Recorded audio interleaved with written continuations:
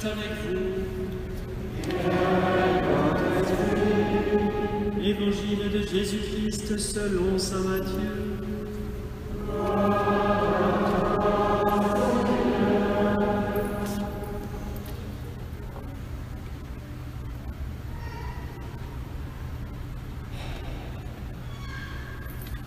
En ce temps-là, Jésus disait à ses disciples: « Ne pensez pas que je sois venu abolir la loi ou les prophètes. Je ne suis pas venu abolir, mais accomplir. Amen, je vous le dis, avant que le ciel et la terre disparaissent, pas un seul iota, pas un seul trait ne disparaîtra de la loi jusqu'à ce que tout se réalise. Donc, celui qui rejettera un seul de ces plus petits commandements et qui enseignera aux hommes à faire ainsi, sera déclaré le plus petit dans le royaume des cieux. Mais celui qui les observera et les enseignera, celui-là sera déclaré grand dans le royaume des cieux. Je vous le dis en effet, si votre justice ne surpasse pas celle des scribes et des pharisiens, vous n'entrerez pas dans le royaume des cieux. Vous avez appris qu'il a été dit aux anciens, tu ne commettras pas de meurtre. Et si quelqu'un commet un meurtre, il devra passer en jugement. Eh bien moi je vous dis, tout homme qui se met en colère contre son frère devra passer au jugement. Si quelqu'un insulte son frère, il devra passer devant le tribunal. Si quelqu'un le traite de fou, il sera passible de la géhenne de feu. Donc, lorsque tu vas présenter ton offrande à l'autel, si là tu te souviens que ton frère a quelque chose contre toi, laisse ton offrande là devant l'autel. Va d'abord te réconcilier avec ton frère et ensuite viens présenter ton offrande. Mets-toi vite d'accord avec ton adversaire pendant que tu es en chemin avec lui pour éviter que ton adversaire ne te livre au juge, le juge au garde et qu'on ne te jette en prison. Amen, je te le dis, tu n'en sortiras pas avant d'avoir payé jusqu'au dernier sou. Vous avez appris qu'il a été dit, tu ne commettras pas d'adultère. Eh bien moi je vous dis, tout homme qui regarde une femme avec convoitise a déjà commis l'adultère avec elle dans son cœur. Si ton œil droit entraîne ta chute, arrache-le, jette-le loin de toi, car mieux vaut pour toi perdre un de tes membres que d'avoir ton corps tout entier jeté dans la géhenne. Et si ta main droite entraîne ta chute, coupe-la et jette-la loin de toi, car mieux vaut pour toi perdre un de tes membres que d'avoir ton corps tout entier qui s'en aille dans la géhenne. Il a été dit également, si quelqu'un renvoie sa femme et qu'il lui donne un acte de répudiation, eh bien moi je vous dis, tout homme qui renvoie sa femme, sauf en cas d'union illégitime, la pousse à l'adultère. Et si quelqu'un épouse une femme renvoyée, il est adultère. Vous avez encore appris qu'il a été dit aux anciens, tu ne manqueras pas à tes serments, mais tu t'acquitteras de tes serments envers le Seigneur. Eh bien moi je vous dis de ne pas jurer du tout, ni par le ciel, car c'est le trône de Dieu, ni par la terre, car elle est son marchepied, ni par Jérusalem, car elle est la ville du grand roi. Et ne jure pas non plus sur ta tête, parce que tu ne peux pas rendre un seul de tes cheveux blancs ou noirs. Que votre parole soit oui, si c'est oui, non, si c'est non. Ce qui vient en plus, vient du mauvais. Acclamons la parole de Dieu.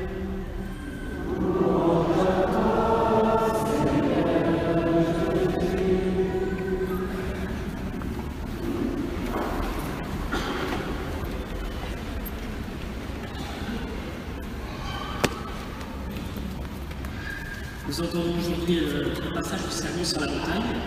Le Sermon sur la montagne, c'est le chapitre 5 de l'Évangile de saint Matthieu. Ça commence par les béatitudes. Heureux êtes-vous. Et puis ensuite, nous avons lu ce passage où Jésus montre qu'il vient accomplir la loi. Alors il dit, la loi ne va pas changer, on ne va pas enlever le moindre point sur le i de la loi, mais je viens l'accomplir. Alors qu'est-ce que ça veut dire l'accomplir? Et Jésus nous montre, il va reprendre les commandements qui ont été donnés dans l'Ancien Testament, en répétant à chaque fois, il a été dit aux anciens, et puis il va montrer comment il faut le comprendre maintenant. Donc, il a été dit aux anciens, tu ne commettras pas de meurtre. Eh bien moi je vous dis, si vous vous mettez en colère contre votre frère, vous passerez au tribunal. Si vous traitez votre frère de fou, vous passerez au grand jugement. Alors Jésus va montrer à chaque fois comment la loi ancienne va s'accomplir. Et alors le moins que l'on puisse dire, c'est que c'est assez exigeant. Je ne sais pas comment vous vous sentez vis-à-vis de cet évangile. C'est carrément effrayant. Vous avez entendu les mots? On parle de se couper la main si elle nous entraîne au péché, de s'arracher l'œil si vous entraîne au péché. On parle de la géhenne de feu.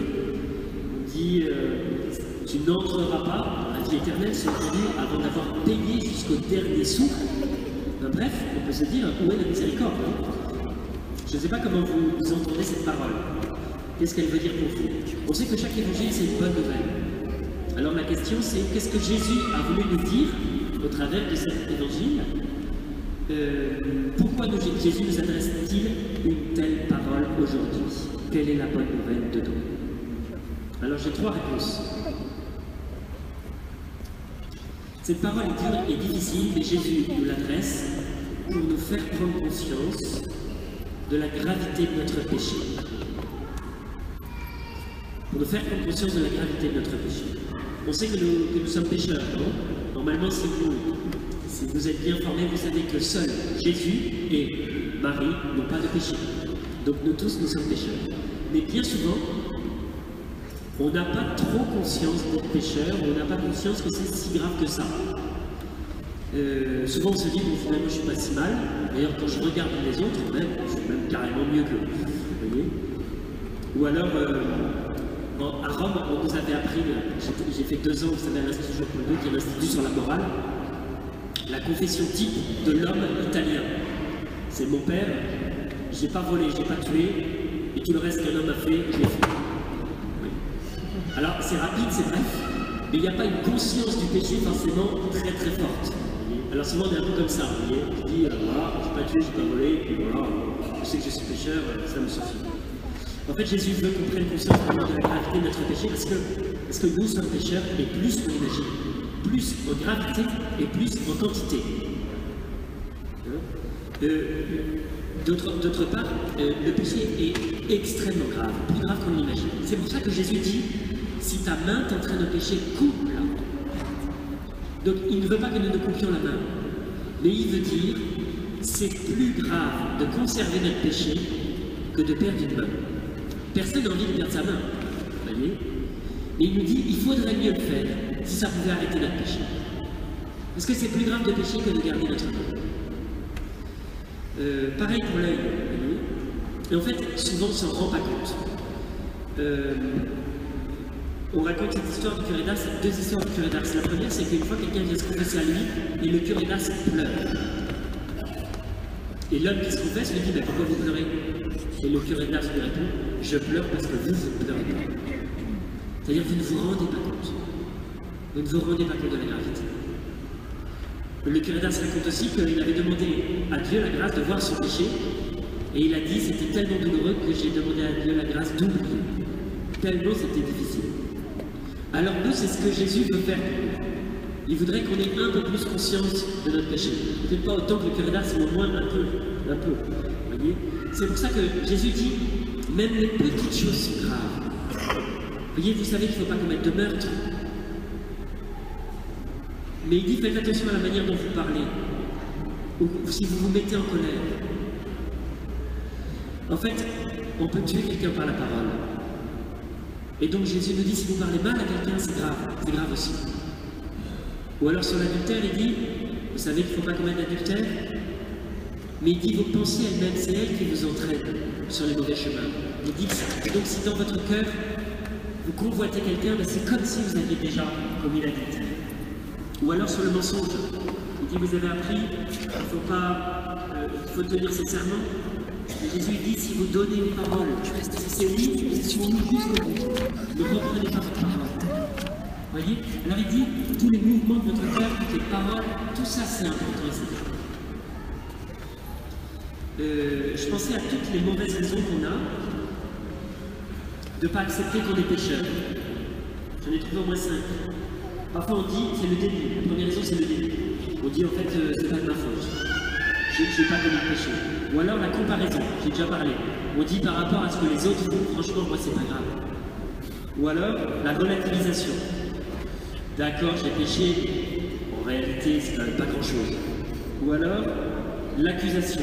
On dit, d'accord, j'ai péché, mais en fait, si j'ai fait ça, c'est de la faute des autres, parce qu'ils m'ont entraîné. Ou alors on revient demain. Ok, j'ai péché, mais j'y penserai demain, aujourd'hui. Enfin bref, Jésus nous dit, c'est une grâce que d'avoir conscience de notre péché, c'est une grâce qu'on peut demander au Seigneur. C'est une grâce qu'on peut demander au Seigneur, franchement. Avoir le cœur brisé de repentir. C'est difficile pour nous. Comment faire? On ne le sent pas. Eh bien, je pense qu'il y a une seule manière, c'est de souligner le Seigneur. Peut-être de regarder aussi Jésus sur la croix, c'est comme ça. Première, voilà. Pourquoi Jésus nous adresse une parole si difficile aujourd'hui? Pour qu'on prenne conscience que le péché, c'est pas une petite affaire. C'est une chose grave. Deuxième chose, pour qu'on prenne conscience qu'on a besoin d'être sauvé. En fait, on s'en sortira pas tout seul. La plupart du temps, on n'a pas conscience qu'on va être sauvé. Parfois, on prend conscience quand on pourrait dire il nous arrive quelque chose de grave et on voit la mort. Vous voyez? Je sais pas, on échappe de justesse un accident de voiture et on se dit là, ma vie aurait pu s'arrêter. Alors on s'est dit peut-être j'étais protégé, peut-être j'étais sauvé par Jésus.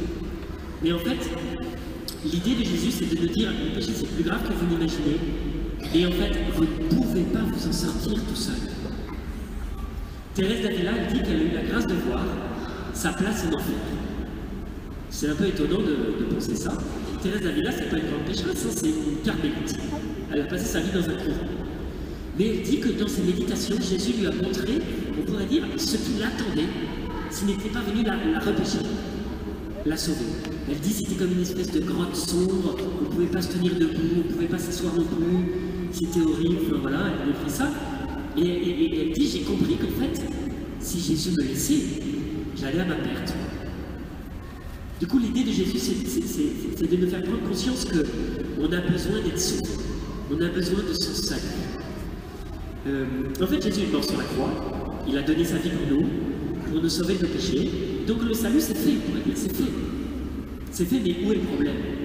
C'est fait, mais ça ne sert à rien si on ne le reçoit pas. Si on se dit, moi j'en ai pas besoin, ou si on pense qu'on n'en a pas besoin, et bien ce qu'a fait Jésus, on pourrait dire, est gaspillé. Vous voyez, et perdu. Du coup, voir qu'on est pécheur nous aide à voir qu'on a besoin d'être sauvé. Et nous aide à ouvrir notre cœur au salut que Jésus veut nous donner. Je pensais à Saint Pierre qui marche sur les eaux. Vous vous souvenez de ce passage? Il dit, Jésus marche sur les eaux, il dit, si c'est bien toi, appelle-moi, donne-moi la grâce de marcher. Jésus lui dit, viens, il marche, et à un moment il a peur, et il coule. Il coule, à ce moment-là, il crie vers Jésus, et il dit, Seigneur, vous connaissez la suite, Seigneur, sauve-moi. Voilà ce qu'on doit crier vers Jésus. Seigneur, sauve-moi. Sans toi, je suis perdu. Il y a ça dans les psaumes. Alors c'est Jésus, voilà, deuxième raison, Jésus nous donne un évangile comme ça, si sévère, on pourrait dire, si dur, pour qu'on ait cette grâce de crier vers lui, Seigneur, sauve-moi, Seigneur, j'ai besoin de toi. Troisièmement, il nous donne un évangile comme ça pour nous donner sa miséricorde. Pour nous donner sa miséricorde. Si on n'a pas le cœur brisé, on ne peut pas recevoir la miséricorde de Jésus. Ou peut-être si... Enfin, si vous voulez, si on n'est pas malade, on ne va pas voir le médecin. Comme Jésus dit, je suis venu pour les gens malades. Alors il dit, je suis venu pour les pécheurs. Et aux pécheurs, je donne la miséricorde. Alors plus on se rend compte qu'on est pécheur, plus on a conscience, plus on devient capable de recevoir la miséricorde de Dieu qui vient nous guérir, qui vient nous pardonner, qui vient nous remettre debout. Vous voyez? C'est ça la grâce de cet évangile. C'est de se sentir plus pécheur pour plus recevoir la miséricorde. Parce que si on ne se sent pas pécheur, eh bien on reçoit par la miséricorde, pas bon. Voilà. C'est pour ça qu'on vient à la messe. Pourquoi est-ce qu'on vient à la messe chaque dimanche? Parce qu'à la messe, Jésus nous propose un échange de prendre nos péchés et de nous donner sa grâce. C'est ça qui se passe dans la messe. Il y a le dernier repas où Jésus a donné sa vie. Dans ce dernier repas, dans la messe, il y a à la fois Jésus qui meurt, Jésus qui ressuscite, Jésus qui nous donne sa vie. Et donc, on vient, on arrive, on est pécheurs, on dépose tout ça dans le cœur de Jésus, et en retour, on participe à ce repas, on communie et on reçoit sa grâce. Et du coup, on reçoit le Seigneur. Et on est régénéré, on est vivifié. Mais si on ne vient pas avec notre péché, pas recevoir la grâce de Dieu. C'est pour ça qu'au début, vous voyez, on commence par demander pardon. Il y a plusieurs moments où on demande pardon dans la messe, pour vraiment prendre conscience de nos péchés. Et après, on ouvre grand notre cœur au salut, à la miséricorde de Dieu. Voilà. Du coup, ce qu'on peut demander au Seigneur, c'est vraiment cette grâce d'être pécheur, d'avoir conscience de notre péché. Parfois, le Seigneur, au cours des événements, nous donne cette grâce de prendre conscience, je ne sais pas, de notre orgueil, de notre péché. Et du coup, on s'en souvient. On se souvient qu'en fait, au fond, on est vraiment un pauvre.